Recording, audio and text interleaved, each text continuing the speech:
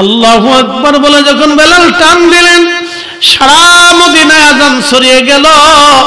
আযান ছড়িয়ে যাওয়ার পরে মুয়াজ্জিনে রাসূল হযরতে বেলাল এই আযান ছড়িয়ে যাওয়ার পরে ঘর থেকে সাহাবীরা বের হয়ে দৌড় মারছে। নবীর মুয়াজ্জিন আসছে। ইমাম সুবকি রাহিমাহুল্লাহ লিখতেছেন, আল্লাহর নবীর সাহাবী মুয়াজ্জিনে রাসূল বেলাল যখন আযান দিচ্ছিলেন, আযানের মোহনায় মহিলারা বাচ্চারা ঘর থেকে বের হয়ে দৌড় মারছে। রাসূল বুঝি আসছে রে।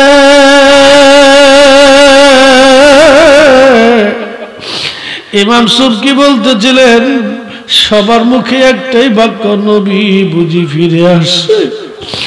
রাসূল বুঝি আসছে রে, নবী বুঝি আসছে রে, নবী বুঝি ফিরে আসছে আমাদের মাঝে। হযরত বেলালের আযানে মদিনার সব মানুষগুলি কেঁদে কেঁদে কেঁদে কেঁদে হয়রান। পরিস্থিতি এতই গভীর হয়ে গেল, সমস্ত মদিনার মানুষ কাঁদতেছিল। শিশু বাচ্চা থেকে শুরু করে বৃদ্ধ পর্যন্ত কান্না করে। আমার পেয়ারা নবীর ইন্তেকালের পরে মদিনার মানুষ কখনো আর এইভাবে কাঁদে নাই, এত পরিমাণে কান্না। আল্লাহু আকবার, আল্লাহু আকবার কান্না। হযরত বেলাল যখন আযান দিলেন, আশহাদু আন্না মুহাম্মাদার রাসূলুল্লাহ, মদিনার মাটি থরথর থরথর করে কেঁপে উঠল। ইমাম সুবকি লিখতেছে, পৃথিবীতে কারো আযানে কখনো মদিনার মাটি কাঁপে নাই, কারো আযানে কখনো মদিনার মাটি কাঁপবে না। কিন্তু নবীর মুয়াজ্জিন বেলাল যখন আযান দিয়েছিলেন, পৃথিবীর মাটি থরথর করে কেঁপে উঠেছিল। এটার নাম ইশকে রাসূল। ইশকে রাসূল মাটি পর্যন্ত স্থির থাকতে পারে নাই। হে রাসূল তোমায় ভালোবাসি, অন্তরে শুধু মুখে নয়, জান্নাতের আশায় নয় হে রাসূল, জাহান্নাম কেউ ডরি না। তোমায় পাওয়ার আশায় মানুষ উঠে যায় মদিনায়, তোমায় পাওয়ার আশায় মানুষ উঠে যায় মদিনায়। এ আশিক দিদার দাও না, আর দূরে থাকিও না। হে রাসূল তোমায় ভালোবাসি, অন্তরে শুধু মুখে নয়, জান্নাতের আশায় নয় হে রাসূল, জাহান্নাম কেউ ডরি না।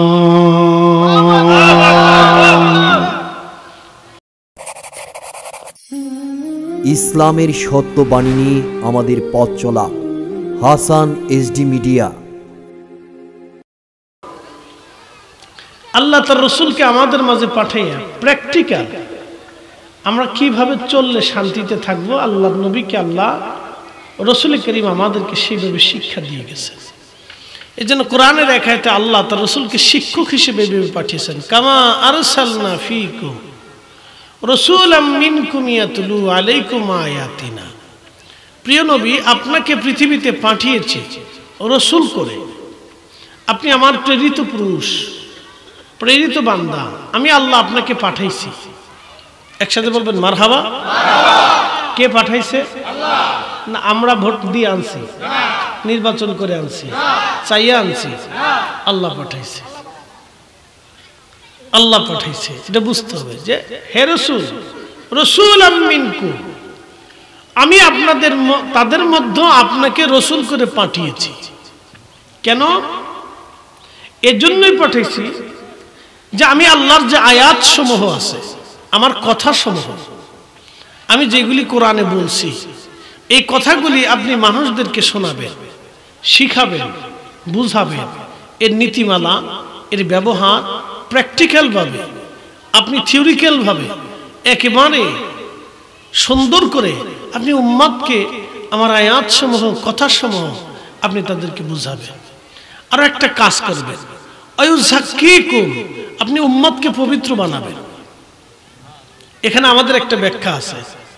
এই যে দেখেন আপনারা পানি দেখতেছেন, এই পানি একটা কোম্পানি পানিটিকে রিফাইন করে একবারে পরিষ্কার পরিচ্ছন্ন করে এই পানির মধ্যে কোনো ত্রুটি রাখে নাই, এর আয়রন মুক্ত করছে, তারপরে আরো আনুষঙ্গিক প্রয়োজন যদি থাকে, ময়লা আবর্জনা বিবর্জনা সব পরিষ্কার করে এই পানিটাকে একবারে স্বচ্ছ বানাইয়া আপনাদের হাতে এটা পৌঁছাই দিচ্ছে। এটা একটা ফ্রেশ পানি, পরিষ্কার পানি। এখন এই পানি দিয়ে আপনি যদি অজু করেন তাহলে অজু হবে কিনা? হবে। যদি গোসল করেন তো হবে কিনা? হবে।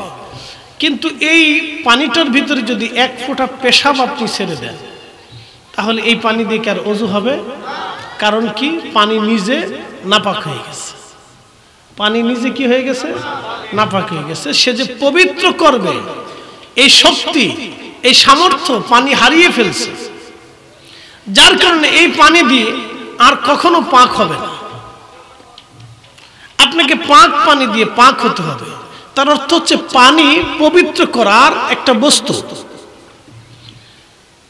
পানি পবিত্র করার একটা বস্তু। কিন্তু পানি যখন নিজেই অপবিত্র হয়ে যায় তখন সে আর অন্য কাউকে পবিত্র করতে পারে না। আল্লাহ বলেন আয়ুযাক্কিকুম, ও নবী আপনি উম্মতকে পবিত্র করবেন। এর অর্থ হচ্ছে আমাদের নবীকে আল্লাহ তামাম সৃষ্টির মধ্যে পুত পবিত্র বানাইয়া দুনিয়াতে পাঠাইছে। কথা কি আপনাদেরকে বুঝাইতে পারছি?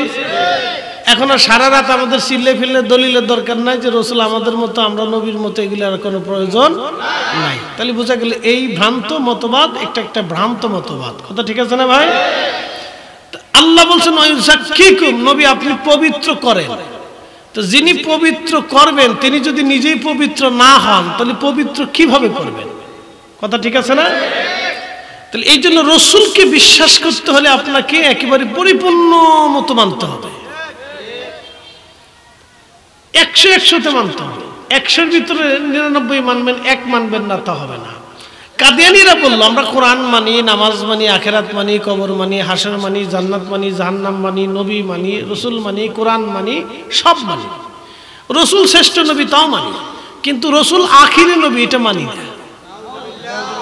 তাদের বিশ্বাস এই নবীর পরে আরো নবী আসবে।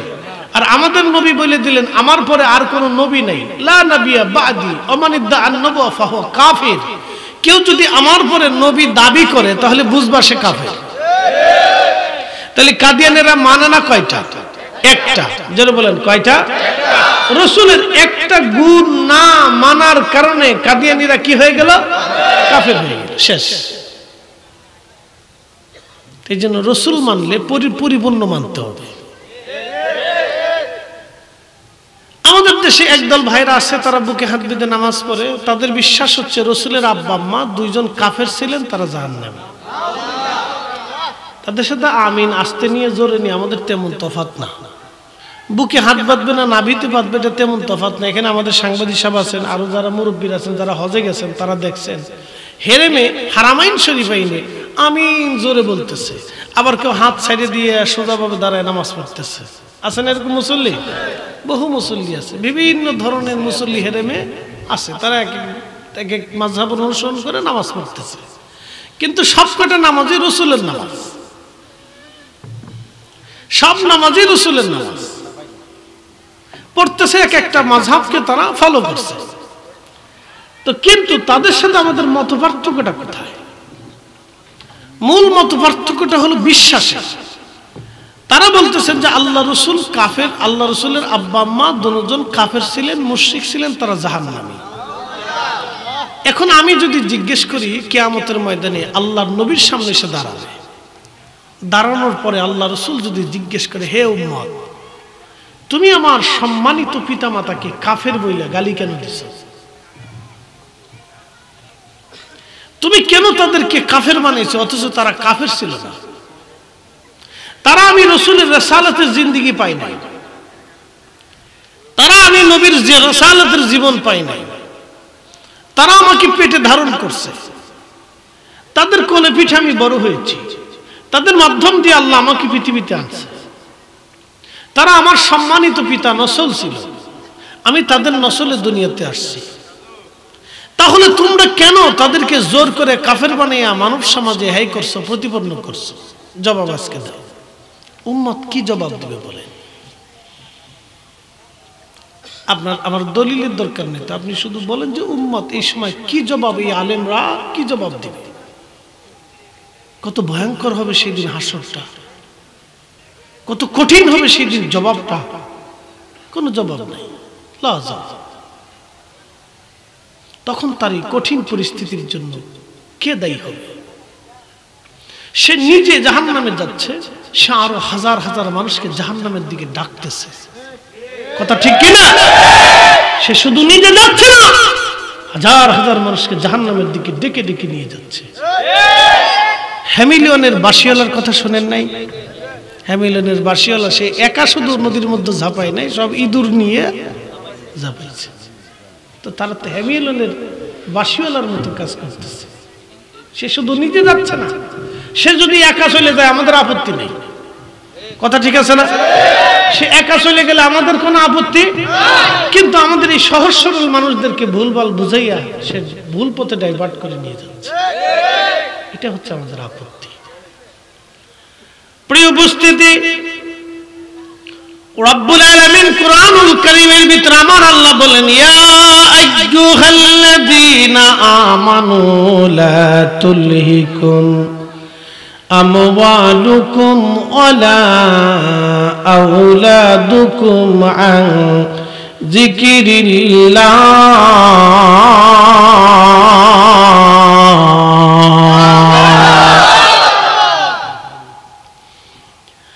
আল্লাহ ডাক দিয়ে বলেন, হাবিব উম্মতকে জানান, হে আমার ইমানদার, দুনিয়ার মোহে পড়ে, সম্পদের পিছনে পড়ে, সন্তানের ভালোবাসায় পড়ে তোমরা আমি আল্লাহর জিকির থেকে গাফিল হয়ে যাও না। তোমরা আমি আল্লাহর জিকির থেকে গাফিল হয়ো না। আমি আল্লাহর স্মরণ থেকে তুমি গাফিল হয়ো না। আমি আল্লাহর স্মরণ থেকে তুমি গাফিল হয়ো না। পৃথিবীতে মানুষ দুইটা জিনিসকে খুব মায়া করে, একটা হলো সম্পদ। যেমন আপনি যে জিনিসটা গাই দেন এটার উপর খুব মায়া। এই যে জিনিসটা আমি একটা গাই দিছি, দাম কত হতে পারে? অল্প দাম, কিন্তু এটার প্রতি আমার একটা মায়া আছে। আপনি চাইলে জোর করে নিতে চাইলে আমি দিতে চাবো না। কথা ঠিক আছে না? কিন্তু দাম কিন্তু বেশি না। এরকম 2-4-5 কোটি আমি কিনতে পারি, কিন্তু তারপরেও আপনি আমার কাছ থেকে জোর করে নেবেন, আমি এটা দিতে চাবো না। বলে আমি কেন দেব? এটার প্রতি আমাদের একটা মায়া এসেছে। এই জন্য আল্লাহ বলছেন, ইয়া আইয়ুহাল্লাযীনা আমানু, এ ঈমানদার, লা তুলহিকুম আমওয়ালুকুম, সম্পদের মহব্বতে পড়ে তোমরা আমি আল্লাহকে ভুলে যেও না। ওয়ালা আওলাদুকুম, সন্তানের প্রেমে পড়ে। যেমন আমাদের মায়েরা সন্তানের গোসল, খাওয়া দাওয়া, ঘুম টোম ইত্যাদির কারণে অনেক সময় নামাজ সারে না ভাই, ছেড়ে দেয়। বাচ্চা পেশাব করছে, আমরা মার কোলে পেশাব করে দিছি, মা নামাজ ছেড়ে দিছে। আমরা মার কোলে বাথরুম করছি, মা নামাজ ছেড়ে দিছে। আমাদের অসুস্থতা আসবে, খাবার পাবো না, দুধ পাবো না, মা রোজা রাখে নাই। এরকম বহু মা রোজা ছেড়ে দেয়, বহু মা নামাজ ছেড়ে দেয়। আল্লাহ এই সময় ডাক দিলেন, হে আমার বান্দা, তুমি তোমার ওই সন্তানের মহব্বতে পড়িয়া আমি আল্লাহ জিকির থেকে গাফিল হইও না। তুমি তোমার ওই সন্তানের প্রেমে পড়ে আমি আল্লাহর জিকির থেকে গাফিল হইও না। তুমি সম্পদের প্রেমে পড়ে আমি আল্লাহ থেকে জুদা হয়ে যাও না। আচ্ছা বলেন তো, আমাদের অস্তিত্ব দিছে কে? আল্লাহ দিছে না? পৃথিবীর সব বিজ্ঞানী এক জায়গা হয়ে যদি চেষ্টা করে তো আল্লাহর দেওয়া দুধের মতো এক ফোঁটা দুধ বানাই দিতে পারবে? পৃথিবীর সমস্ত জ্ঞান বিজ্ঞান যদি এক জায়গা হয়ে চেষ্টা করে, মৌ পোকা যে মাছির মধু বানায় এই মধু কি বিজ্ঞানীরা বানাই দিতে পারবে? তাহলে মৌ পোকার বুদ্ধির কাছে, জ্ঞানের কাছে বিজ্ঞানীরা ফেল। আপনি এখান থেকে বোঝার অনেক কিছু আছে। এই মৌ পোকার মধুটাকে আল্লাহ বলছেন না শিফাউল লিন্নাস, এটা মানুষের জন্য শেফা। এই মৌ পোকার দল মধু বানায়। আল্লাহর নবী একদিন মৌ পোকার দলের ডাক দিয়ে বলেন, এ মৌ পোকা আমার কাছে আসো। তো মৌ পোকার আল্লাহ রসুলের সামনে দাঁড়ায় গুনগুন করে সালাম দিতেছে। বলেন, ইয়া রাসূলুল্লাহ, আপনি আমাদেরকে কেন ডাকছেন? নবীজি ডাক দিয়ে বললেন, মৌ পোকারা রে, তোমরা মধু কেমনে বানাও? মৌ পোকার দল বলল, ইয়া রাসূলুল্লাহ, এক এক ফুল থেকে আমরা বিভিন্ন জায়গা থেকে রস সংগ্রহ করি। আমরা চাকের মধ্যে আমাদের বাসার ভিতরে মধু করে রসগুলি আমরা রাখি, জমা করে দিই। এক এক ফুলের এক এক ধরনের রস, কোনোটা মিঠা, কোনোটা তিতে, কোনোটা এই টক থাকে, কোনোটা পাঞ্চে থাকে, বিভিন্ন কোয়ালিটি। তো এই সবগুলিকে এক জায়গায় করে আমরা এক চাকের মধ্যে রাখি। ইয়া নবী আল্লাহ, মধু হয় না। যখন আপনি রসুলের সামনে দুরূদ পড়ি তখন আল্লাহ মধু বানায় দেয়। এই জন্য পৃথিবীর কোন বিজ্ঞানী এই মধু বানাইতে পারবে না। মধু এমনিতেই মধু হয় না, আমার নবীর দুরূদের কারণে মধু মধু হয়ে যায়। অথচ আমাদের কিছু ভাইরা এই দুরূদ বন্ধ করে দেওয়ার জন্য কত নানান প্রকারের তাল বাহানা করতেছে। শুধু বাহানা করে, এটা বেদাত, এমনি পড়তে হবে না, এমনি পড়া যেত না, সুর দিয়ে পড়া যেত না, জোরে পড়া যেত না, কাট করে পড়তে হবে, সোজা পড়তে হবে, এটা পড়া যেত না, এটা পড়তে হবে, নানান তাল বেতাল। এত তাল বেতালের কি আছে? আল্লাহুম্মা সাল্লি আলা সাইয়্যিদিনা মাওলানা মুহাম্মদ, এই শব্দগুলো তো আমরা বানাই নাই, এটা মদিনার থেকে আসছে। কথা ঠিক আছে না? এই শব্দগুলো তো আমাদের বানানো না। সাল্লি আলা তো আমাদের বানানো না, সাইয়্যিদিনা আমাদের না, মাওলানা আমাদের বানানো না, মুহাম্মদ শব্দ আমরা বানাই না, এটা আল্লাহ বানাই দিয়েছে। কথা ঠিক আছে না? খালি তাল বেতাল, তাল বেতাল। প্রিয় উপস্থিতি, আপনাকে সূক্ষ্ম পয়েন্টে বুঝতে হবে। মৌ পোকা ডাক দিয়ে বলল, হুজুর, মধু শুধু মধু হয় না নবীজি, যখন চাকের মধ্যে আমরা রসগুলি জোগাড় করে এক জায়গায় জমা করে ফেলি তখন আপনি নবীর শানে দুরূদ পড়তে থাকি। আল্লামা শেখ আব্দুল হক মুহাদ্দিস দেহলভী মাদারিজুন নবুওয়াতের মধ্যে তিনি লেখেন, তখন মৌ পোকা বলি, ইয়া নবী আল্লাহ, আমরা দুরূদ পড়তে থাকি, দুরূদের কারণে আমার আল্লাহ, আমার মাওলা, আমাদের মালিক মধু বানায়া দেয়। জান্নাতে কয়টা নহর থাকবে? ৬০টা। একটা পানির নহর, শরবতের নহর, দুধের নহর, মধুর নহর। একসাথে বলবে না মারহাবা? আর নহরগুলির পানিগুলি খুব চমৎকার থাকবে, খুব সুন্দর থাকবে, এত মধুময়। নবী বলতেন, যা চোখ কোনোদিন দেখে নাই, হৃদয় কখনো উপলব্ধি করে নাই। যে চোখ কোনোদিন দেখে নাই, হৃদয় কখনো উপলব্ধি করে নাই যে জান্নাত কত সুন্দর, জান্নাত কত সুন্দর, এ চোখ কোনোদিন দেখে নাই, হৃদয় কখনো উপলব্ধিও করে নাই। আল্লাহু আকবার। শুধু এতটুকু বলছেন, আমার উম্মত, জান্নাতের যে রমণী থাকবে, তোমাদের সঙ্গিনী থাকবে, তোমাদের পবিত্র সতী সাধবী স্ত্রী আল্লাহ তোমাদেরকে দিবে, যারা জান্নাতের ভিতরে তোমাদের সাথে একসাথে বসবাস করবে, জান্নাতে তোমাদের সাথে খাওয়া দাওয়া, উঠা বসা, ঘোরাফেরা করবে। তোমার ওই সঙ্গিনী, ওই হুর, ওই স্ত্রী যদি দুনিয়াতে একটু থুতু নিক্ষেপ করত, তাহলে ওই থুতুর কারণে তাম পৃথিবী সুগন্ধে ছড়িয়ে যেত। তাহলে আপনি চিন্তা করেন, তাহলে আপনি ভাবেন। এই জন্য আল্লাহ বলছেন, আমার বান্দা, তোমরা সম্পদের মোহে, সন্তানের প্রেমে পড়ে আমি আল্লাহর জিকির থেকে গাফেল হইও না। যদি হও, অমাইয়াফআল যালিকা ফাউলাইকা হুমুল খাসিরুন, তুমি পথভ্রষ্ট হবা, তুমি ধ্বংস হয়ে যাবা, তুমি নিজে বুঝতেছ না কি হয়ে যাচ্ছে। কালকে দেখলাম ভিডিওতে, ভারতের 4 জন সাধু খুব সাধনা করে, তো এক সাধু খালি হাত উঁচু করেই রাখে, এত হাত নিচে নামায় না। 40 বছর বলে হাত উঁচা করেই রাখছে, এত হাত নিচে নামায় না। আচ্ছা বলেন, হাত উঁচা করিয়া এইভাবে রাইখে 40 বছর কষ্ট করিয়া, নিজেরে কষ্ট দিয়ে সে কি মানে আল্লাহ পাইতে পারবে? কি এক ভ্রান্ত বিশ্বাস। আর এক সাধু দেখাইতেছে, সেই সাধু মাথার উপরে এই ঘাস জন্মায়, মাটি মুটি দিয়ে ঘাস তরুলতা পাতা জন্মায়, হেতার নাম হয়েছে ঘাস বাবা। ডন্ট মাইন্ড, মনে কিছু নিয়ে না, আমাদের দেশের মুসলমানদের ভিতরে এরকম বহু ঘাস বাবা, আশ বাবা, আইরে বাবা, সাইরে বাবা, লতু বাবা, খতু বাবা, খেতা বাবা বহুত আছে। আল্লাহ মাফ করে দিক। এগুলো কিন্তু সুন্নিয়ত না, এগুলো ধর্মও না। কথা কন না, ঠিক আছে না ভাই? সুন্নিয়তুল খাজা বাবা আজমিরি, মুজাদ্দিদ আল ফিসানি সেরহিন্দি, হুজুর গাজী মহিউদ্দিন আব্দুল কাদের জিলানী, যারা এক ওয়াক্ত নামাজ কোনোদিন ছেড়ে দেয় নাই, যারা জীবনে মিথ্যা বলে নাই, আমানত নষ্ট করে নাই, তাহাজ্জুদ ছেড়ে দেয় নাই, কথা বলে ঠিক কি না?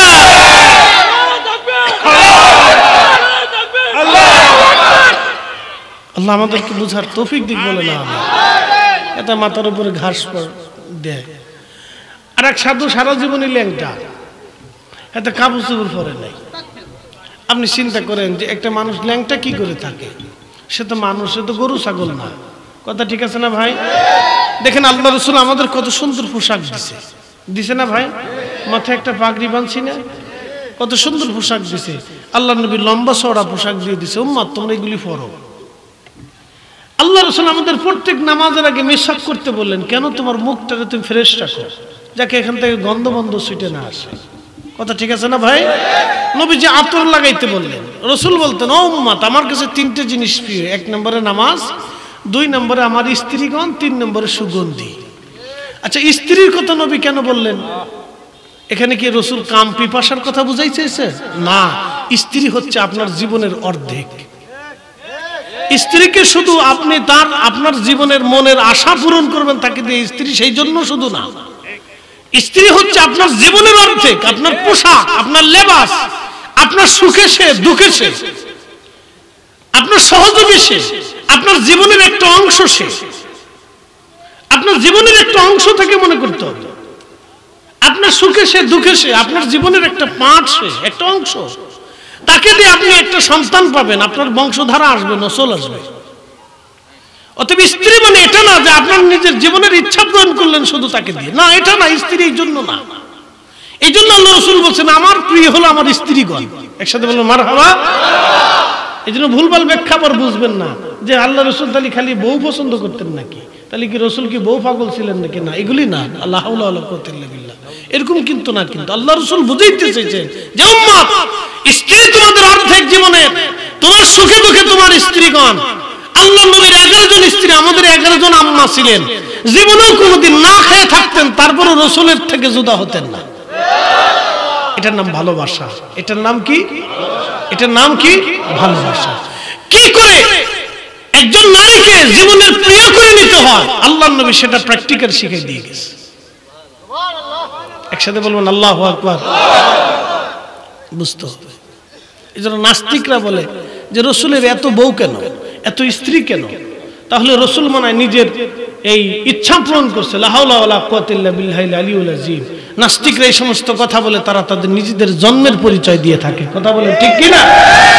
এই জন্য নাস্তিকদের সাথে আমাদের দূরত্ব আকাশ পাতাল শুধু না, সীমানাহীন দূরত্ব, সীমানাহীন দূরত্ব তাদের সাথে। প্রিয় উপস্থিতি, রাহমাতের নবী রাহমাতুল লিল আলামিন প্র্যাকটিক্যাল শিখালেন আমার উম্মত, আমার কাছে 3টা জিনিস প্রিয়। 1 নম্বর আমার স্ত্রীগণ, আমার বিবিগণ, 2 নম্বরে সুগন্ধি, 3 নম্বরে নামাজ। আচ্ছা বলেন, নামাজ পড়তে হলে আগে পাক হতে হয় কি হয় না? পরিচ্ছন্ন হতে হবে, ওযু করতে হবে, পরিচ্ছন্ন হয়ে পাক হয়ে ফ্রেশ হয়ে আপনাকে নামাজে দাঁড়াইতে হবে। তার অর্থ হলো মুসলমান সবসময় নিজেকে পরিচ্ছন্ন রাখবে, পবিত্র রাখবে, পাক সাফ রাখবে, শরীর থেকে যেন গন্ধ মন্দ না আসে, সেই জন্য তারা গোসল করে পরিচ্ছন্ন থাকবে। ঠিক কিনা? শরীর থেকে সে গোসল করে পরিচ্ছন্ন রাখবে, পরিষ্কার পরিচ্ছন্ন রাখবে, শরীর থেকে যাতে গন্ধ টন্ধ না আসে। অবাঞ্ছিত পশমগুলিকে 40 দিনের আগে সে কেটে সেটা পরিষ্কার রাখবে, আঙ্গুলগুলি কেটে নখগুলি পরিষ্কার রাখবে, তার নিজেকে পরিচ্ছন্ন রাখবে। চুল দাড়ি যাহাই থাকুক সেটাকে ধুয়ে পরে পরিষ্কার রাখবে। আল্লাহর নবী নিজে তেল ব্যবহার করতেন, জয়তুনের তেল, যেটা আমরা অলিভ অয়েল মনে করি, এটা হচ্ছে জয়তুনের তেল, অলিভ অয়েল, ইংরেজিতে বলে অলিভ অয়েল। জয়তুনের তেল নবীজি ব্যবহার করতেন অধিক পরিমাণে। নবীজি মাথায় চুল দাড়িতে লাগিয়ে নবীজি চিরুনি দিয়ে আশ্রয়ে পরিষ্কার পরিচ্ছন্ন পরিপাটি থাকতেন। তাহলে এর বিপরীতে কেউ যদি আল্লাহ পাইতে চায়, চুল রে, জট রে, দাড়ি রে, মোচ রে এক জায়গা কইরিয়া, গোসল না করিয়া, নামাজ কালাম না পড়িয়া, বেডি মানুষের সাথে ঘুরিয়া কেউ যদি আল্লাহ পাওয়ার কথা বলে তাহলে বুঝতে হবে এর চেয়ে বড় মিথ্যা। একসাথে বলেন আর কিছু, একবারে ডাহা মিথ্যা। তাহলে ওলিদের জীবন মিথ্যা হবে, সাহাবীদের জীবন মিথ্যা হবে, রাসূলের জিন্দেগি মিথ্যা হয়ে যাবে। ইসলাম পবিত্র। ইসলাম কি? আমাদের ধর্ম কি? সুন্নিয়ত কি? পবিত্র। যারা সুন্নিয়ত কি? ও সুন্নিয়ত কি জোরে বলে? আহলে সুন্নাত ওয়াল জামাত কি? পবিত্র, পাক সাফ, একবার পরিচ্ছন্ন, পরিষ্কার। প্রিয় ভাই আমার, আমরা আল্লাহর ওলিদেরকে মহব্বত করি, আউলিয়া কিরামকে মহব্বত করি। পৃথিবীতে বহু ওলি জমানাতে আসছেন, এই ধরাধামে ওলিরা আসছেন।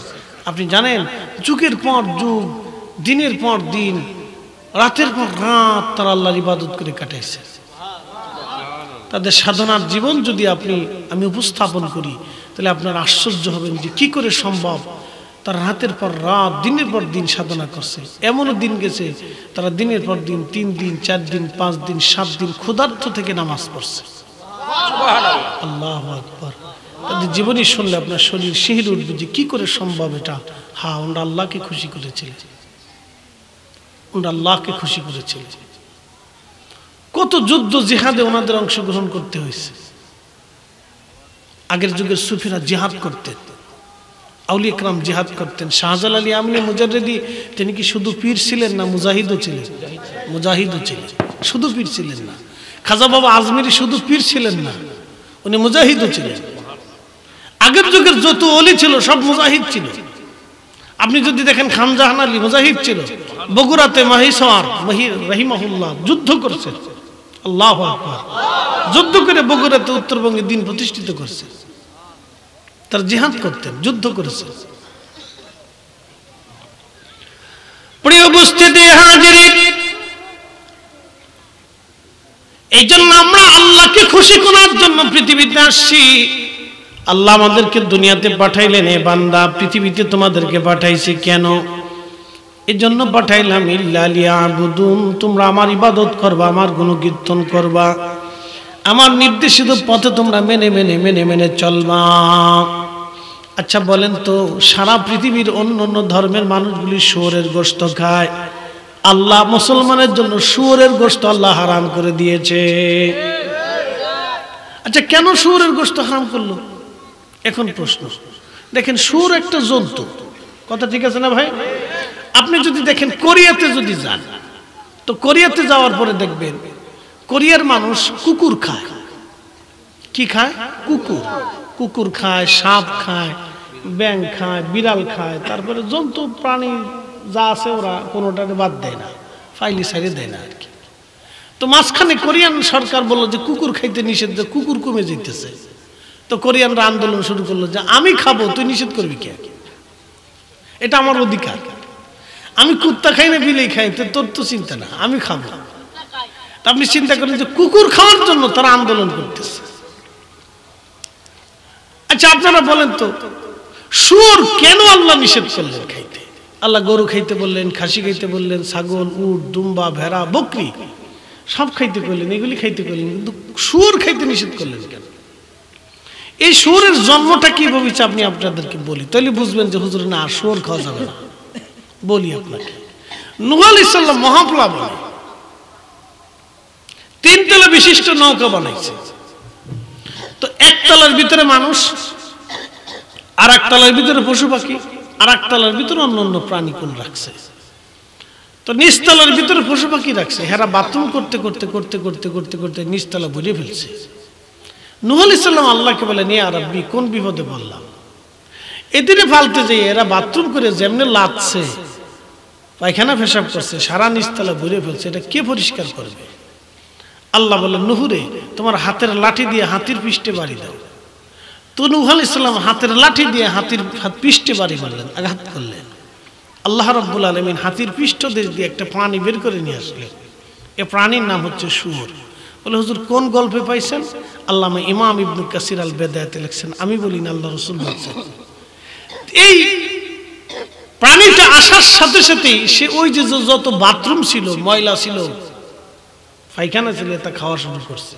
কারণ আমরা যদি মন চাই তো শুয়োর খান, অসুবিধা নেই। তার জন্মের সূত্রটা বলে দিলাম। যদি এখন আপনার মন চায় যে হুজুর এটা ভালো জিনিস, তো খান আপনি, এটার ভিতরে ঘৃণা আসবে যে এটা কি করে খাওয়া যায়।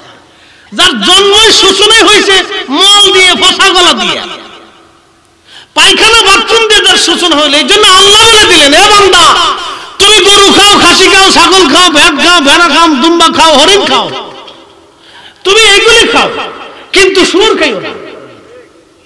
একসাথে বলবেন আল্লাহু আকবার। আল্লাহ আমাদেরকে খাওয়াইতে চাই পরিচ্ছন্নতা, আর আমরা খাইতে চাই ফসাটা। আল্লাহ আমাদেরকে করতে কইলেন ভালো কাজ, আমরা করতে চাই খারাপটা। আমরা তো শিয়াল কুত্তা না, আমরা তো মানুষ। কথা ঠিক আছে না ভাই? আমরা কি মানুষ? মানুষ মানে কি? तमाम মখলুক থেকে শ্রেষ্ঠ। तमाम মখলুক থেকে কি শ্রেষ্ঠ? সব জাতি থেকে শ্রেষ্ঠ। আল্লাহ কোরআনে বললেন, লাকাদ খালাকনাল ইনসানা ফি আহসানি তাকওয়ীম।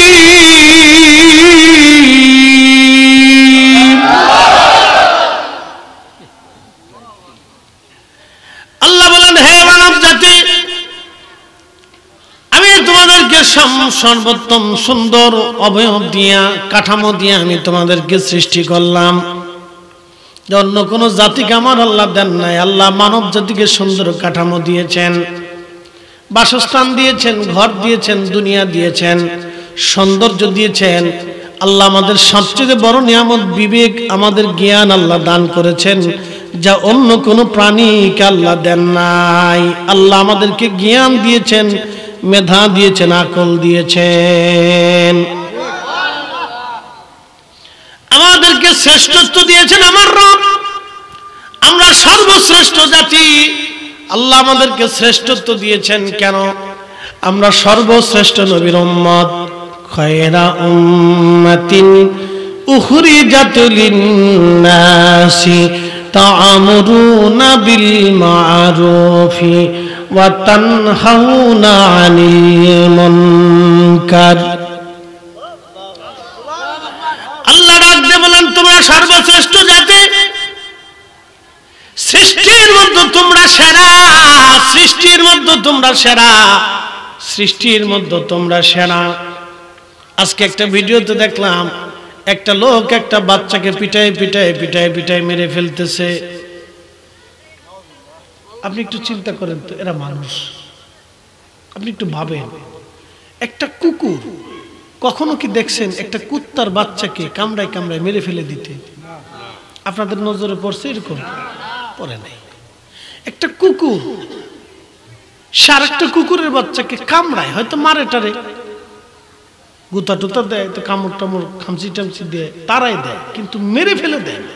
কথা ঠিক আছে না ভাই? তাহলে যারা মানুষকে, এই বাচ্চাদেরকে অপহরণ করে নিয়ে বাচ্চাদেরকে হত্যা করে, তারা কি করে মানুষ হইতে পারে? এই জন্য ইসলামের আইন কি জানেন? আল্লাহর বিধান ছিল হত্যার বদলে হত্যা, কাসাস বিল কাসাস। হত্যা করছে, ওকে হত্যা করে দাও। এখন আমাদের দেশের যে আইন ব্যবস্থা, এই 6 মাস পরে, 3 মাস পরে, 6 বছর পরে এটা আইনের ফাঁক ফুঁকর দিয়ে, টাকা পয়সা দিয়ে সিস্টেম টিস্টেম করে জেলখানা থেকে বের হয়ে আসে। তো যখন বের হয়ে আসে, তখন সে চিন্তা করে, তো আমি তো 6 মাস পরে বের হয়ে আসছি, তাহলে আরেকটা মারে, আরেকটা 6 মাস পরে আবার বের হয়ে আসবো। তাহলে আপনি খোদার আইন কত সুন্দর ছিল, আপনি একটু দেখেন, চিন্তা করে। আল্লাহর আইন কত চমৎকার ছিল। প্রিয় উপস্থিতি, খুব মনোযোগ দেবেন। হাজিরিন, একটা কুকুর আরেকটা কুকুরকে কামড়িয়ে কামড়িয়ে মেরে ফেলে দেয় না।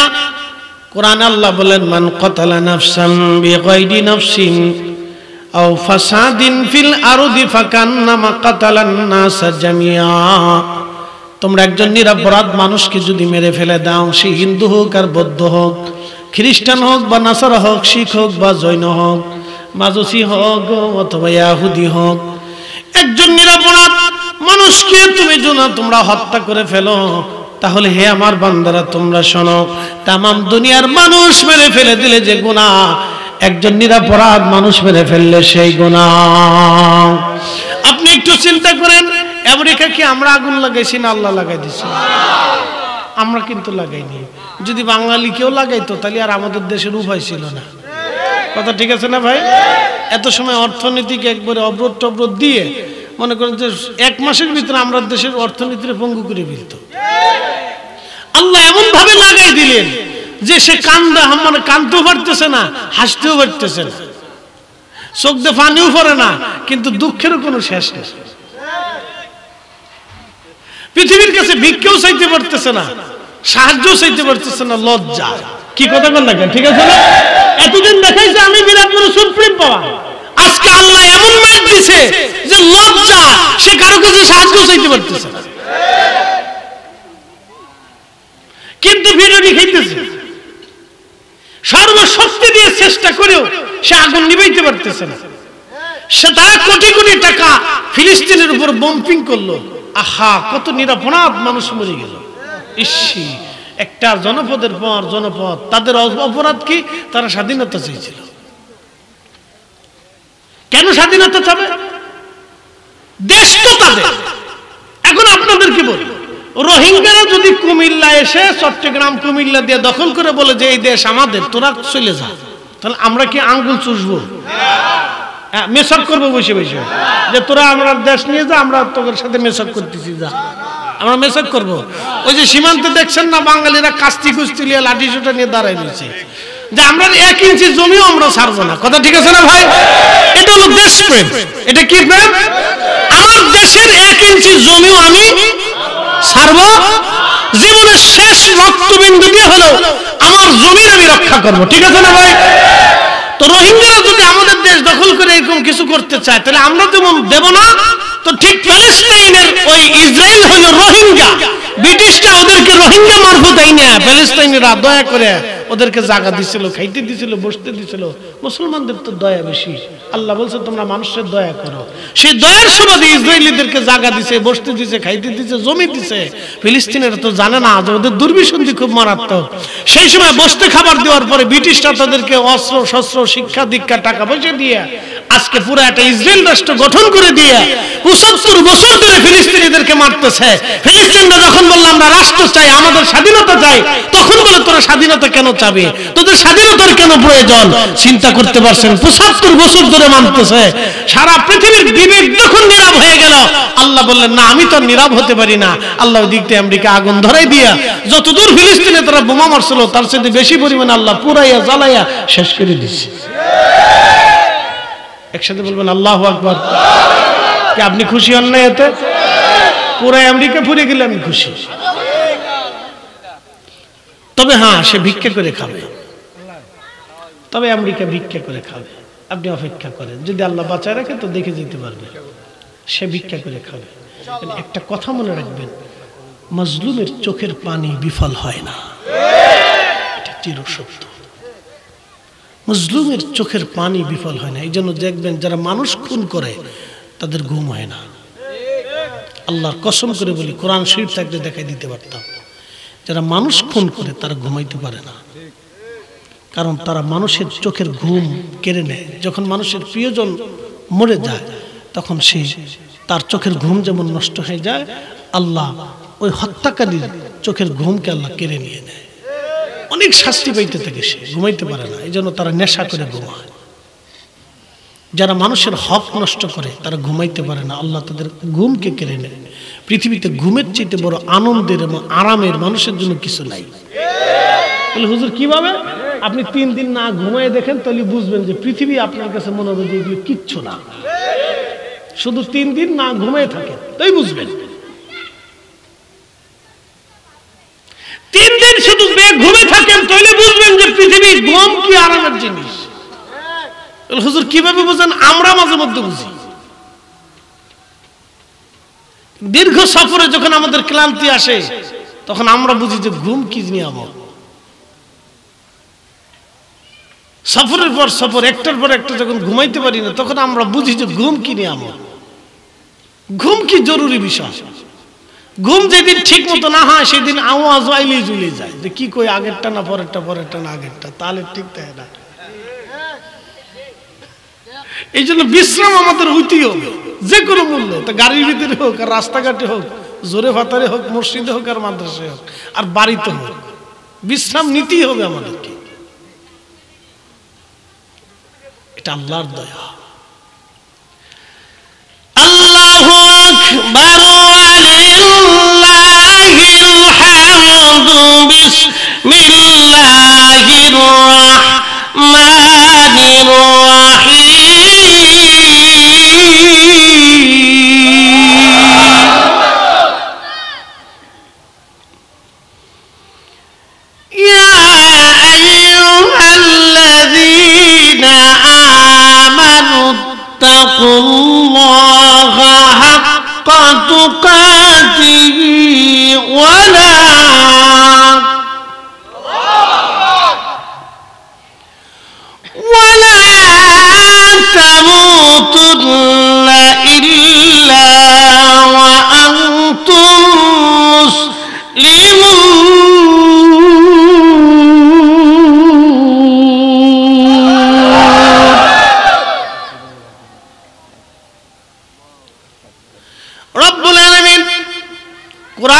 রাহমানির বলেন, হে ইমানদার, তোমরা আমি আল্লাহকে ভয় করো, ভয় করার মতো ভয় করো।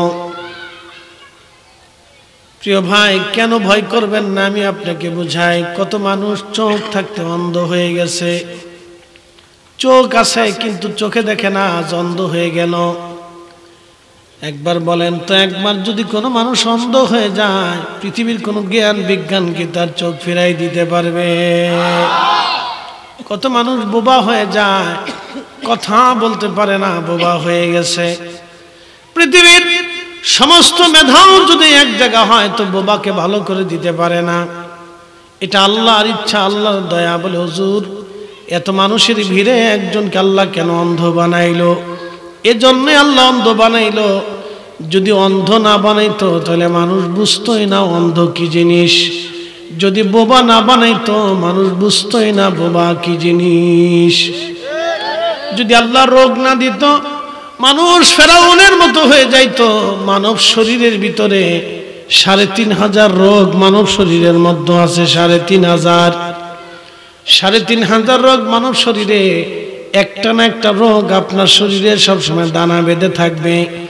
আপনি যত ওষুধই খান ওই রোগ থেকে আপনি নিরাময় পাবেন না, কারণ ওই রোগ দিয়ে আল্লাহ আপনাকে দুর্বল করে রাখে। ওই রোগ যদি না হতো তাহলে আপনি ফেরাউনের মতো হয়ে যাইতেন। আল্লাহ রোগ দিয়ে আপনাকে দমায় দমায় রাখে, আল্লাহর দিকে রুজু করে রাখে রোগ দিয়ে। এই জন্য মুমিন যারা বিশ্বাসী বান্দাদের শরীরে সবসময় কোনো না কোনো ছোট না বড় একটা না একটা রোগ লেগেই থাকে।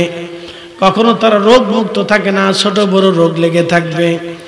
আল্লাহর নবী বলেন, উম্মত, 3টা জিনিস আসলে মানুষ বেজার হয়, কিন্তু 3টা জিনিস খোদার রহমত। 4টা জিনিস আসলে মানুষ বেজার হয়, কিন্তু 4টা জিনিস আল্লাহর রহমত। 1 নম্বরে মেয়ে সন্তান। কারো বাড়ি যদি কন্যা সন্তান হয়, নবী বললেন, তাহলে বুঝো খোদার রহমত আসছে। ওই কন্যা সন্তান আসে নাই, তোমার কোনে আল্লাহ রহমত পাঠিয়ে দিয়েছে। আমি এই জিনিসটা বুঝতাম না যে মেয়ে কেন রহমত হবে, মেয়ে কেন রহমত। তা আমি একদিন বরিশাল মাহফিলে যাইতেছিলাম। এই ওয়াজটা আমার বাস্তব, এটা অনেক ইউটিউবে বহু মানুষ দেখছে, তারপর আজকে বলতেছি বোঝার জন্য। তো মস্তাপুর, মাদারীপুরের মস্তাপুর একটা জায়গা বাস দাঁড়ায়। তো এইখানে বাস ল্যান্ড করার পর দাঁড়ানোর পরে 10 মিনিট 15 মিনিট বিরতি দেয়। তো বাস দাঁড়ানোর পরে আমি বাসের ভিতরে বসে আছি। তো আমি ফরিদপুর থেকে উঠছি, আর চিন্তা করলাম যে অল্প টাইমে আর নিচে নেমে কি হবে। তা আমার ওই ছোট ব্যাগের ভিতরে একটা বই ছিল, বসে বসে বইটা পড়তেছি। তা আমার অভ্যাস ছিল, আমি বাসে থাকলে ওই বসে বসে ছোট একটা কিতাব গাড়িতে রাখতাম, বসে বসে পড়তাম, আমার আদত ছিল। তো এমন সময় এক মুরব্বী ভিক্ষা করতে উঠছে। তো ইংরেজিতে ভিক্ষা করতেছে, মানে ইংরেজিতে সবসময় টকিং করতেছে আর ভিক্ষা করতেছে। তা আমি আশ্চর্য হয়ে গেলাম যে কি ব্যাপার, শিক্ষিত মানুষ ভিক্ষা কেন করে। তা আমি তাকে ডাক দিয়ে বললাম, বাবা এদিকে আসেন। তা আপনি শিক্ষিত মানুষ ভিক্ষা কেন করতেছেন? তো লোকটা কেঁদে দিয়ে বললো, বাবা দুঃখের কথা কিভাবে বলবো, আমার 3টে সন্তান বাবা, আমি হাই স্কুলের ইংরেজি টিচার ছিলাম, এবং আমার স্ত্রী 2জন বৃদ্ধ মানুষ। ছোট ছেলের বাড়ি গেলে বৌমার সাথে ছেলের ঝগড়া হয়। ছোট ছেলেটা কিছুদিন পরে, বাবা মেজর বাড়ি যাও। মেজর ছেলের বাড়ি গেলে বৌমা ছেলের মধ্যে ঝগড়া হয়। ছেলেটা বললো, বাবা বড়র বাড়ি যাও। বড় ছেলের বাড়ি গেলে বৌমা ছেলের মধ্যে ঝগড়া হয়। একটা পর্যায়ে সন্তানের দুয়ার ঘুরতে ঘুরতে ঘুরতে ঘুরতে ক্লান্ত হয়ে বাবা ভিক্ষায় নামছি। একবার আমার জীবনের চরম বাস্তব, আমি সেই দিন নিজেকে স্থির রাখতে পারিনি। এরপরে বুঝছি যে মেয়ে সন্তান নিয়ামত, আল্লাহ কেন বলছে রহমত।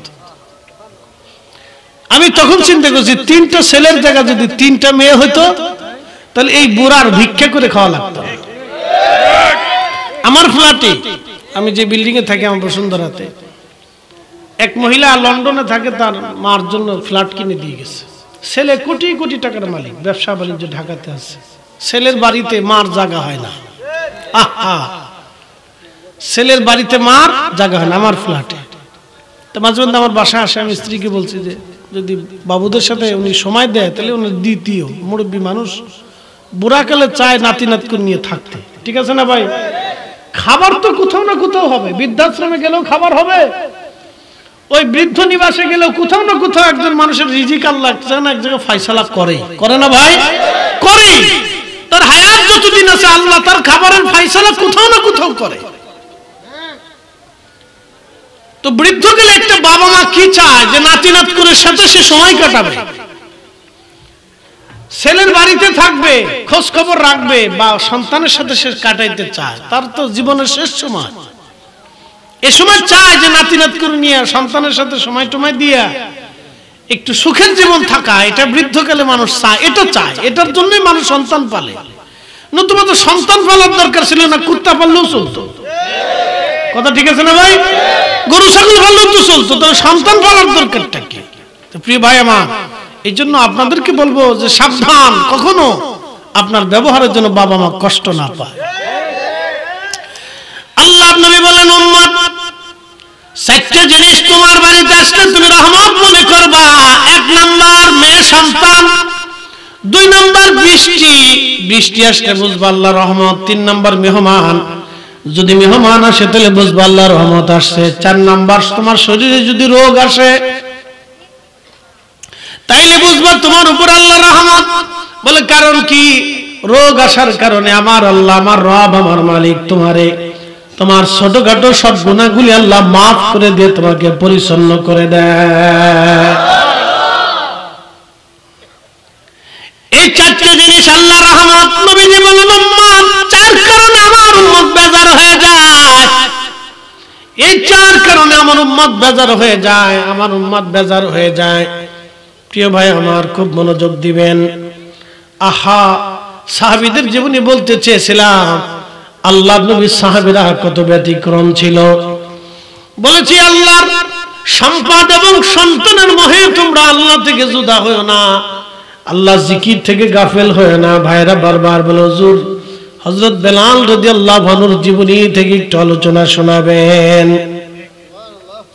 প্রিয় বন্ধু, পৃথিবীতে একজন মানুষ, মাঝে মধ্যে ভারতে দেখবেন মুসলমানদেরকে হিন্দুরা মারে আর বলে বল জয় শ্রীরাম, বল জয় শ্রীরাম। বহু মুসলমান জীবন বাঁচাইতে যায় তারা বলে ফেলে দেয় জয় শ্রীরাম।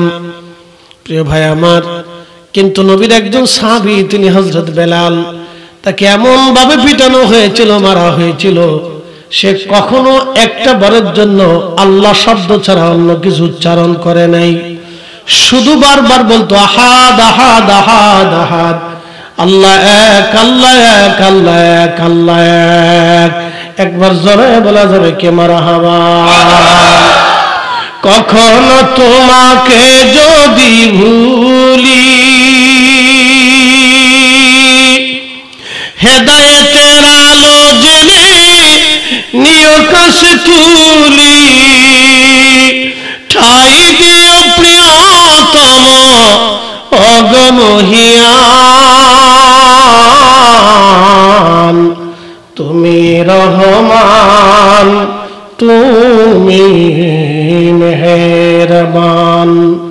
অন্ধ গাহে না শুধু তোমারি গুণগান, বুঝে বুঝে না তব শান। তুমি রহমান, তুমি মেহেরবান। বেলালের মালিক উমাইয়া এত পরিমাণে বেলালকে মেরেছিল, যদি কখনো মধ্যপ্রাচ্যে যান, আরবে যান, তো দেখবেন আরবের আবহাওয়া মারাত্মক শুষ্ক। এবছর প্রচন্ড গরমে কোন কোন রিপোর্টে আসছে 7,000 হাজি গরমে মারা গেছে, কোথাও আসছে 17,000 হাজি গরমে মারা গেছে। এত গরম ছিল এই বছর। আমার নিজের চোখের সামনে আমি আরাফাতে দেখেছি একজন হাজি ছটফট করে করে গরমে হিট স্ট্রোকে মারা গেল। আহায়, প্রচন্ড গরমে নবীর একজন সাহাবী, তার নাম হযরতে বেলাল, তাকে মরুভূমির ভিতরে নিয়ে হাত পা গুলি বেঁধে তার বুকের উপরে পাথর চাপা দিয়ে হযরত বেলালকে মরুভূমির মধ্যে রেখে চলে আসা হতো। প্রচন্ড গরমে তার জিহ্বা কলিজাগুলি শুকায় যাইতো। তারপরও বেলাল শুধু একটা শব্দ বলতেন, আহাদ আহাদ আহাদ আহাদ, আল্লাহ এক, আল্লাহ এক, আল্লাহ এক, আল্লাহ এক। কঠিন অত্যাচারে হযরত সুমাইয়া আল্লাহকে ভুলে যান নাই। আবু জাহেল বর্ষা হাতে নিয়ে হযরত সুমাইয়ার হাত পা গুলি বেঁধে হযরত সুমাইয়ার গুপ্তাঙ্গে বর্ষা মেরে মেরে খুঁচে খুঁচে খুঁচে নির্মমভাবে সুমাইয়াকে শহীদ করে দিয়েছিল আবু জাহেল। সুমাইয়া শুধু বলতে, ইয়া রব, কালেমা যেহেতু কলিজার ভিতরে দিয়েছো ঈমান, আল্লাহ জীবনের শেষ সময় পর্যন্ত এই কালেমা যেন আমার কলিজা থেকে বের হয়ে না যায়। আল্লাহর উপরে ভরসা করে সেই দিন সুমাইয়া শহীদ হয়ে গেলেন। কিন্তু ঈমান বেঈমান হয়ে তিনি চলে যান নাই, ঈমান তিনি ছেড়ে দেন নাই। হযরত খাব্বাবের পিঠের গোশতগুলি উঠিয়ে ফেলে দেওয়া হলো। সেই দিন আগুনের কয়লাগুলি মাটির মধ্যে বিছাইয়া খাব্বাব রাদিয়াল্লাহু আনহুকে চিৎ করে শোয়াইয়া হাত পা গুলি জোর করে চাপ দিয়ে ধরে রাখা হতো। পিঠের চামড়াগুলি পড়ে পড়ে, গোশতগুলি পচে পচে খসে খসে পড়ে যাইতো। হযরত খাব্বাবের পিঠের মধ্যে বড় বড় গোশতের খণ্ড হয়ে গিয়েছিল। আহা, জাগার জাগার থেকে গোশত উঠে সাদা ফেটফেটে হয়ে গিয়েছিল, চামড়া ছিল না, শুধু গোশত উঠে চলে গিয়েছিল খাব্বাবের। হযরত আমিরুল মুমিনিন ওমর বললেন, খাব্বাব, তোমার কি বসন্ত হয়েছিল? খাব্বাব জবাব দিলেন, আমিরুল মুমিনিন, বসন্ত হয় নাই। পিঠের মধ্যে যে গোশত শূন্য দেখেন আপনি, এটা বসন্তের দাগ না হুজুর, এটা কালেমার বদলা। কালেমার জন্য ওরা আমার গোশত উঠিয়ে ফেলে দিয়েছে, কিন্তু আমি খাব্বাব কালেমা ছেড়ে দেই নাই। একবার আওয়াজ তুলে বলা যাবে আল্লাহু আকবার। হাজিরিন, হযরত বেলালের দশা এরকম, বহু কষ্ট বেলালের। আবু বকর সিদ্দিক রাস্তা দিয়ে যাওয়ার সময় দেখলেন হাত পা গুলি বাঁধা, হযরত বেলাল অজ্ঞান হয়ে পড়ে আছে, কোনো হুঁশ তারা নাই। বড় কষ্ট দেখে আবু বকর যে বলেন, হুজুর, জীবনে এত কষ্ট বেলালকে দেওয়া হয়েছে, অনুমতি যদি দেন বেলালকে আমি মুক্ত করে নিয়ে আসবো। আল্লাহর নবী অনুমতি দিলেন, বেলালকে মুক্ত করে নিয়ে আসা হলো। নবীজি মদিনায় চলে গেলেন। যদি কখনো মদিনাতে যান তো দেখবেন রিয়াজুল জান্নার পিছনে সাইডে বাম ডান দিকে আল্লাহর নবীর পবিত্র মিম্বর শরীফ, তারপরে হযরত আবু বকরের মিম্বর। এইখান থেকে একটু পিছনের দিকে যদি আসেন দেখবেন একটা ছাদের মতো, এই স্টেজের মতো একটা ছাদ, এই ছাদের মতো একটু জায়গা, এইখানে টাইল দিয়ে সুন্দর করে ঢালাই করে নির্মাণ করে রেখেছে। ওইখানে দাঁড়াইয়া সৌদির মুয়াজ্জিনরা, মসজিদে নববীর মুয়াজ্জিনরা ওইখানে দাঁড়ায় আজান দেয়। বলে কেন আজান দেয়? ওইখানে দাঁড়ায় হযরত বেলাল আজান দিতেন। ওটা ছিল বনু নাজ্জার গোত্রের মহিলা সাহাবীর ছাদ, ওই ছাদে দাঁড়ায় বেলাল আজান দিতেন। তো ওইটা এখান মসজিদে নববী বর্ধিত হওয়ার পরে ওই জায়গাটাকে সংরক্ষিত করে রাখছে যে ওইখানে দাঁড়িয়ে কিয়ামত পর্যন্ত মসজিদের মুয়াজ্জিন, নববীর মুয়াজ্জিন ওইখানে দাঁড়িয়ে আজান দেবে। আল্লাহু আকবার। আপনারা খুশি হবেন কিনা আমি নিজে চোখে দেখছি, মসজিদের মুয়াজ্জিন রাসূল করিমের যখন আজান দেয় তো এক মুয়াজ্জিন আজান দিচ্ছে আর এক মুয়াজ্জিন বসে রয়েছে। তো যেই মুয়াজ্জিন বসে রয়েছে সেই মুয়াজ্জিনকে দেখলাম মুহাম্মদুর রাসূলুল্লাহ বলার পরে সাল্লাল্লাহু আলাইহি সাল্লাম বলে এইভাবে চুমা লাগাইতেছে।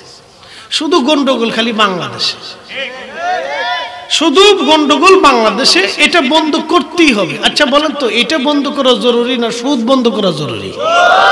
এটা বন্ধ করা জরুরি না পতিতলায় বন্ধ করা জরুরি? এটা বন্ধ করা জরুরি না ঘুষ বন্ধ করা জরুরি? আমরা এইটা বন্ধ করতে পারি না। আমরা রাসূলের দুরূদ সালামের মোহাব্বত বন্ধ করার জন্য উঠে পড়ে লাগছি। আল্লাহ আমরা তো এই জন্য দুনিয়াতে পাঠাইছে না। কথা বল না কে? ঠিক আছে ভাই? আল্লাহ আমরা এই জন্য দুনিয়াতে পাঠাইছে না। আল্লাহ পাঠাইছে যেটা একবার আল্লাহ হারাম করে দিয়েছে, যেটার জন্য উম্মত ধ্বংস হয়ে যাইতেছে, আমাদের সেটা বন্ধ করার দরকার। আমরা সেগুলি বন্ধ করার দরকার। আমরা এগুলি বন্ধ করতে না এসে আমরা কে চুমা দিল এটা বন্ধ করো। আমরা সমালোচনা করতেছি, নিজেদের যুক্তির দ্বারা করতেছি, হিট করতেছি, গালি দিচ্ছি, ধমক দিচ্ছি, মন্দ বলতেছি, বেদাতি বলতেছি। এগুলি কি আমি বুঝি না। মাঝে মধ্যে হাসি আর চিন্তা করি, আরে উম্মতের বন্ধ করার দরকার ছিল সুদ। কারণ একজন ব্যক্তি যদি সুদ খায় তাহলে সে সারা জীবন ইবাদত করলেও কবুল হয় না। কথা ঠিক আছে না ভাই? কিন্তু আপনি যদি মুহাম্মদ রাসূলুল্লাহ সাল্লাল্লাহু আলাইহি ওয়াসাল্লাম বলে সুমা লাগান তো আপনার একটা গুনাহ কোনোদিন হবে না, বরং আল্লাহ আপনার নেকি দিবে। বলে এটা দলিল আছে। এটা ইমাম জৈনুদ্দিন শামী ফতোয়া শামীর কিতাবুস সালাতের বাবুল আযানের ভিতরে লিখছেন। একটা গুনাহ আপনার হবে না কোনোদিন, বরং আল্লাহর ইশকে রাসূলের কারণে আল্লাহ আপনার ইমাম হযরত ইসমাঈল হাক্কি বুরুসি তাফসীর রুহুল বয়ানে লিখছেন যে আপনার চোখে আল্লাহ নূর পয়দা করে দেয়। ইমামরা এর বরকতের কথা লিখছেন, নিষেধের কথা কোনো ইমাম লেখে নাই, বরং এর পক্ষে ইমামরা লিখছেন যে দলিল আছে, যদিও জয়ীফ দলিল, দুর্বল দলিল, কিন্তু দলিল আছে।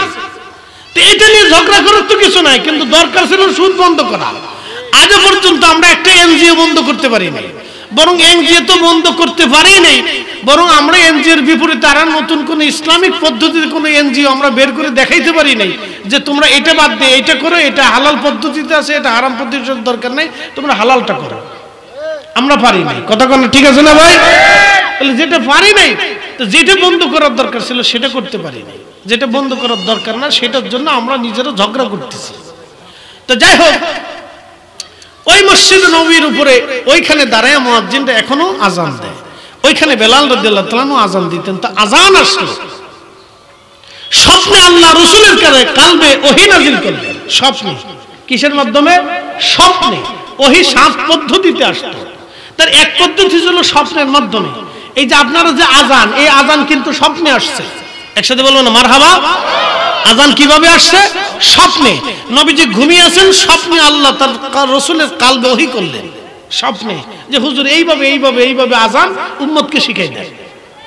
আরো কয়েকজন সাহাবী এইভাবে স্বপ্ন দেখলেন।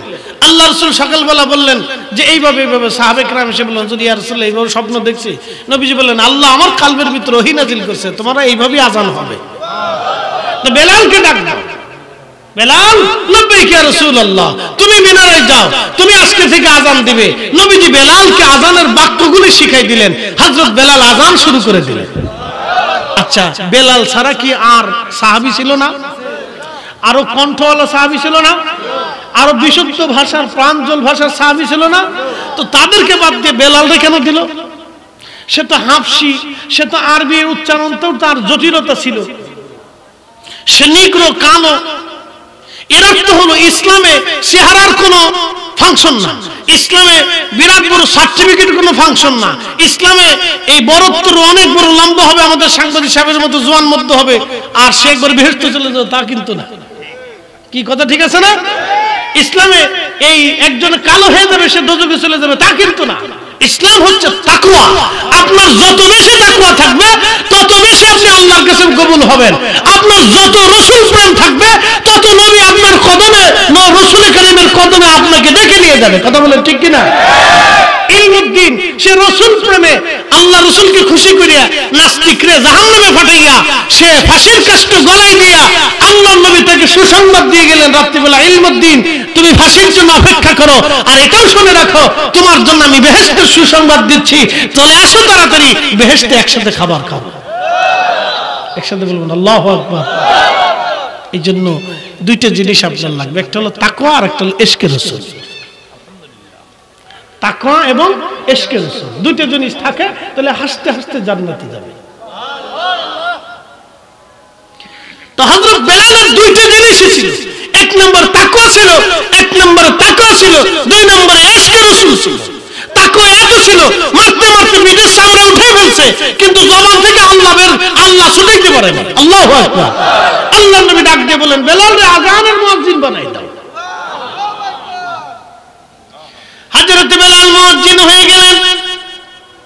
এত দামি মুয়াজ্জিন, আজানের ফয়জুত আল্লাহ এতই পরিমাণে দিয়ে দিলেন। আজান হওয়ার পরে শব্দ যাওয়ার পরে কোন সাহাবী আর ঘরের মধ্যে থাকতে পারতেন না, পাগল ভরা হয়ে চলে আসতেন। বন্ধু, দীর্ঘদিন বেলাল আজান দিলেন, মুয়াজ্জিনের রাসূল দীর্ঘদিন হযরত বেলাল আজান দিলেন। আল্লাহর নবী পৃথিবী থেকে আল্লাহর দরবারে তশরিফ রাখার সময় চলে আসলো। নবীজি ইন্তেকাল গ্রহণ করবেন, আল্লাহর নবী আর দুনিয়াতে থাকবেন না, চলে যাবেন আল্লাহর দিদারে। আল্লাহর নবীকে আল্লাহ রাব্বুল আলামিন নিয়ে চলে গেলেন। আল্লাহর নবীকে শরীয়তে রওজাতুল মুনওয়ারাতে দাফন করা হলো। প্রিয় নবীজি রওজা শরীফে ঘুমিয়ে গেলেন। আহা, সাহাবীদের অবস্থা বড় করুণ হয়ে গেল। মদিনার প্রত্যেকজন সাহাবী পাগল পড়া হয়ে গেল। 3 দিন পর্যন্ত সারা মদিনাতে কান্নার রোল, খাবার দাবার বন্ধ হয়ে গেল, রান্না বান্না বন্ধ হয়ে গেল, এমনকি শিশু দুধের বাচ্চারা পর্যন্ত দুধ খাওয়া বন্ধ করে দিল। আল্লাহর নবীর একটা উট ছিল, উটের নাম ছিল কাসওয়া। এই কাসওয়া উট এতটাই পাগল পারা হয়ে গেল, 3 দিন পর্যন্ত বিরহ বেদনা সহ্য করতে না পারে কাসওয়া একাধারে 3 দিন খাওয়া দাওয়া বন্ধ করে দিয়েছিল। এই কাসওয়া উট খাওয়া দাওয়া বন্ধ করে দিল। আল্লাহর নবী সাহাবী হযরত বেলাল একটা ছোট্ট গাঠরি বেঁধে আসলেন। হযরত আবু বকরকে বলেন, আবু বকর আমাকে বিদায় দিয়ে দাও, আর মদিনা আমার থাকা সম্ভব না। আল্লামা ইমাম জাইলাই নাসপুর আয়ার মধ্যে তিনি লেখেন, হযরত আবু বকরের কাছে বিদায় চাইলেন হযরত বেলাল। আবু বকর বহু অনুরোধ করলেন থাকার জন্য, কিন্তু নাসর বললেন, না, আমার পক্ষে আর আজান দেওয়া সম্ভব না, আমি পণ করেছি, আমি আর আজান দিতে পারবো না। আজান দিলে রাসূল আসতেন, নবী নামাজ পড়াইতেন, আমি আজান দেব, কে আসবে, আমি কারে আজান শোনাবো, কে আমার আজানে ইমামতি করবে। আশিক রাসূল হযরত বেলাল সুদূর সিরিয়ার দামেস্কে চলে গেলেন। গভীর রাত ঘুমিয়ে রয়েছেন, স্বপ্নের মধ্যে দেখতেছেন রহমতের নবী তশরিফ এনে বলতেছে, বেলাল রে, তুমি আমার সঙ্গে কেমন জুলুম শুরু করছো, তুমি আমার জিয়ারতে কেন আসো না? বেলাল, আসো আমার জিয়ারতে। নবীর আশিক বেলাল পাগল পারা হয়ে গেলেন। রাসূল তাকে ডেকেছেন জিয়ারতের জন্য। ইমাম তাকিউদ্দিন সুফি আশিফা ও সাকামের মধ্যে তিনি লিখতেছেন, হযরত বেলাল ঘুম থেকে উঠে কান্না শুরু করলেন, কখন মদিনাতে আসবেন? হযরত নবীর আশিক রওনা হয়ে চলে আসলেন মদিনাতুল মুনওয়ারায়। দীর্ঘ পথ পায়ে হেঁটে হেঁটে, সওয়ারিতে চড়ে চড়ে হযরত বেলাল আসলেন। সুদূর সিরিয়ার দামেস্ক থেকে মদিনা 4টেখানি রাস্তা ছিল না, বহু পথ অতিক্রম করে মদিনাতে আসছে। মদিনায় এসে হযরত বেলাল, রওজা শরীফ কাঠের জালি মোবারক দিয়ে ঘিরে রাখা ছিল, রওজা শরীফের পাশে বসে বসে বেলাল কাঁদতেছে।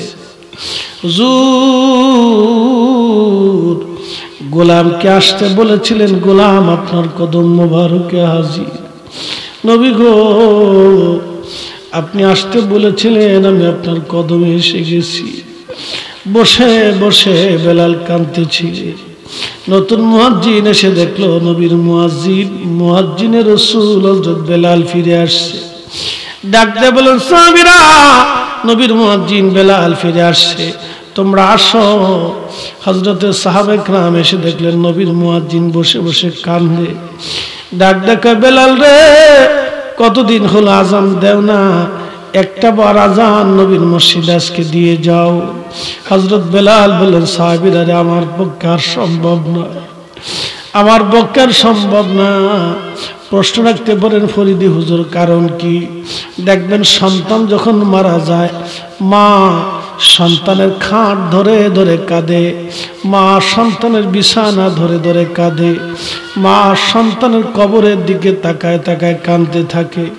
পৃথিবীর সবাই ভুলে গেলেও মা ভুলতে পারে না। বন্ধুরে, হযরত বেলাল রাদিয়াল্লাহু তাআলা আনহু কলিজার ভিতর থেকে নবী কেমন ভাবে ভালোবেসে ফেলেছিলেন, বিরহ বেদনা সহ্য করতে পারতেন না। সবাই বলল তাহলে হাসান হোসেনকে ডেকে নিয়ে আসো। ইমাম হাসান হোসেনকে ডেকে নিয়ে আসা হলো। ইমাম হাসান হোসেনকে দেখে হযরত বেলাল রাদিয়াল্লাহু আনহু রওজা থেকে উঠে গেলেন। ইমাম হাসানের বুকের মধ্যে মাথাটা কান্দে, ইমাম হুসাইন রাদিয়াল্লাহু আনহুর বুকের মধ্যে মাথাটা কান্দে। নবীর মুয়াজ্জিন কান্দে, সাহাবীরাও কান্না শুরু করে দিলেন। কিছু সময় পরে ইমাম হাসান ডাক দিয়ে বলল, নানার মুয়াজ্জিন, যেই লাহাম দিয়ে আমরা নানার আজান শোনাইতাম, নানার মুয়াজ্জিন ওই লাহাম দিয়ে আমাদেরকে আজান শোনায় যাও। হযরত বেলাল দৌড়ে চলে গেলেন সেই ছাদের উপরে, যে ছাদের উপরে দাঁড়ায় বেলাল আজান দিতেন ওইখানে দাঁড়ায় গেলেন। আজান শুরু হয়ে গেল। আল্লাহু আকবার বলে যখন বেলাল টান দিলেন সারা মদিনায় আজান ছড়িয়ে গেল। আজান ছড়িয়ে যাওয়ার পরে মুয়াজ্জিনে রাসূল হযরত বেলাল এই আজান শোনা ছড়িয়ে যাওয়ার পরে ঘর থেকে সাহাবীরা বের হয়ে দৌড় মারছে। নবীর মুয়াজ্জিন আসছে। ইমাম সুবকি রহিমাহুল্লাহ লিখতেছেন, আল্লাহর নবীর সাহাবী মুয়াজ্জিনে রাসূল বেলাল যখন আজান দিচ্ছিলেন, আজানের মোহনায় মহিলারা বাচ্চারা ঘর থেকে বের হয়ে দৌড় মারছে। রাসূল বুঝি আসছে রে।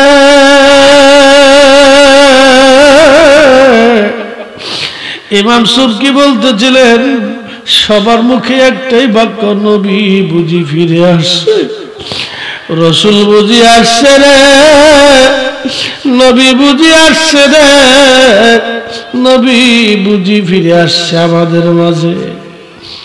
হযরত বেলালের আজানে মদিনার সব মানুষগুলি কেঁদে কেঁদে কেঁদে কেঁদে হয়রান।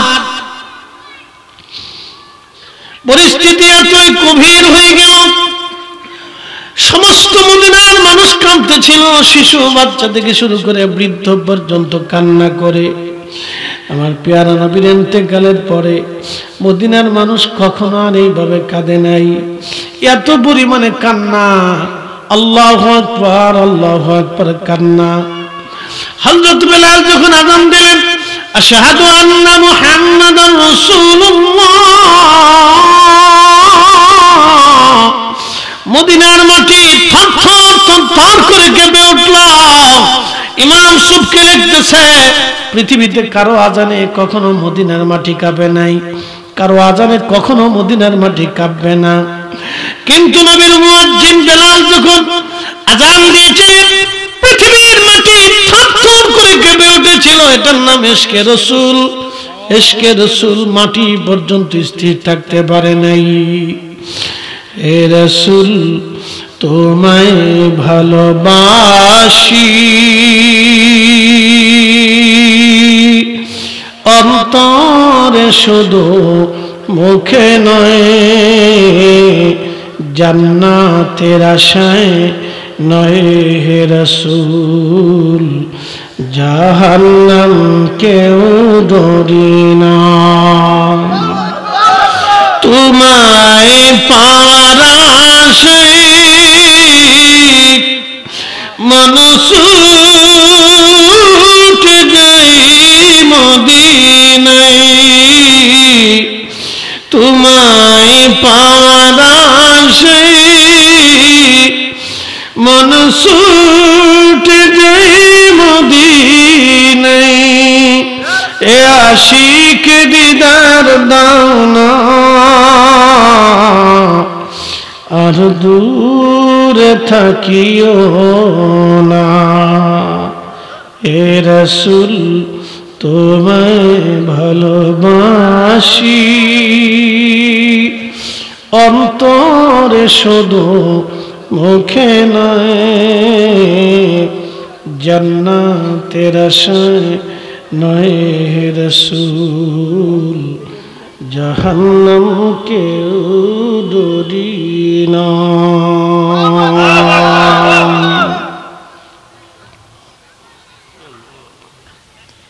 প্রিয় উপস্থিতি, আল্লাহ আমাদেরকে ইশকে রাসূল কবুল করুক, সকলে বলে না।